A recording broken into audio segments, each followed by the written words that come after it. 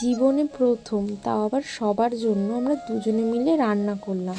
এই যে আমি আর দাদাভাই মিলে বানিয়েছি খিচুড়ি, তাই এখন খেতে বসেছি। এখানে খিচুড়ি, এখানে আলুর দম, আর এখানে খিচুড়ির সাথে খাওয়ার মতো পাঁচমিশালি তরকারি। মানে আমার খাওয়া মানে আমি খেতে বসেছি, ওর খাওয়া হয়ে গেছে। প্রথম খিচুড়ি বানিয়েছি, কিন্তু প্রথমে খুব সুন্দর বানিয়েছি। বল, নিজের হাতে নিজের খিচুড়ি খেতে কেমন লাগছে? ওকে জিজ্ঞাসা করাতে প্রথমে ও একটু মজা করছিল, সেই কারণে সে ভয়েসটা দিইনি। সত্যিটা বল। পুরো ঠাকুরের ভোগের মতন খিচুড়ি হয়েছে। সব দিয়েছি আমরা, বাদাম দিয়েছি, নারকেল দিয়েছি, সব।